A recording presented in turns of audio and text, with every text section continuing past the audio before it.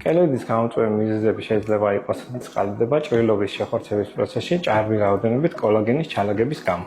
კლინიკა მიკროდერმაში კელოიდების სამკურნალოდ აქტიურად გამოიყენება LPL ლაზერით და CO ლაზერით მკურნალობა. მინიმუმ 1 წლის განმავლობაში თვეში ერთხელ მაინც უნდა მიმართონ მკურნალ ექიმს ან დერმატოლოგს.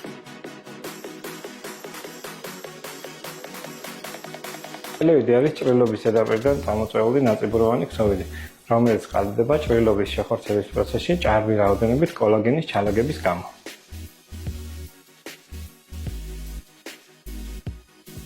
კელოიდის გამოწვევი მიზეზები შეიძლება იყოს ტრავმატიზაცია, კანის ქრონიკული და მწვავე და ანთების დაავადებები, რომელიც ხანგრძლივად მიმდინარეობს, ოპერაციული ჩარევა, დამწვრობა, ფიბრობლასტების მიერ კოლაგენის ჭარბი რაოდენობით გამომუშავება, უჯრედის მკვდომის ფაქტორის ინაქტივაცია. მეხუთე ფაქტორი შესაძლებელია იყოს ზრდის ფაქტორის აქტივაცია, რომელიც იწვევს ასევე ჭარბი რაოდენობით კოლაგენის წარმოქმნას და ახალი სისხლძარღვების განვითარებას.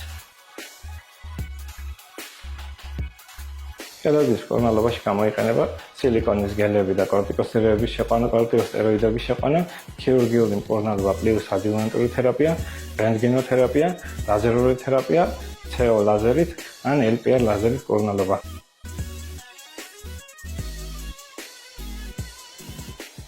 კლინიკა მიკროდერმაში კელოიდების სამკურნალოდ აქტიურად გამოიყენება LPL ლაზერით და CO ლაზერით მკურნალობა.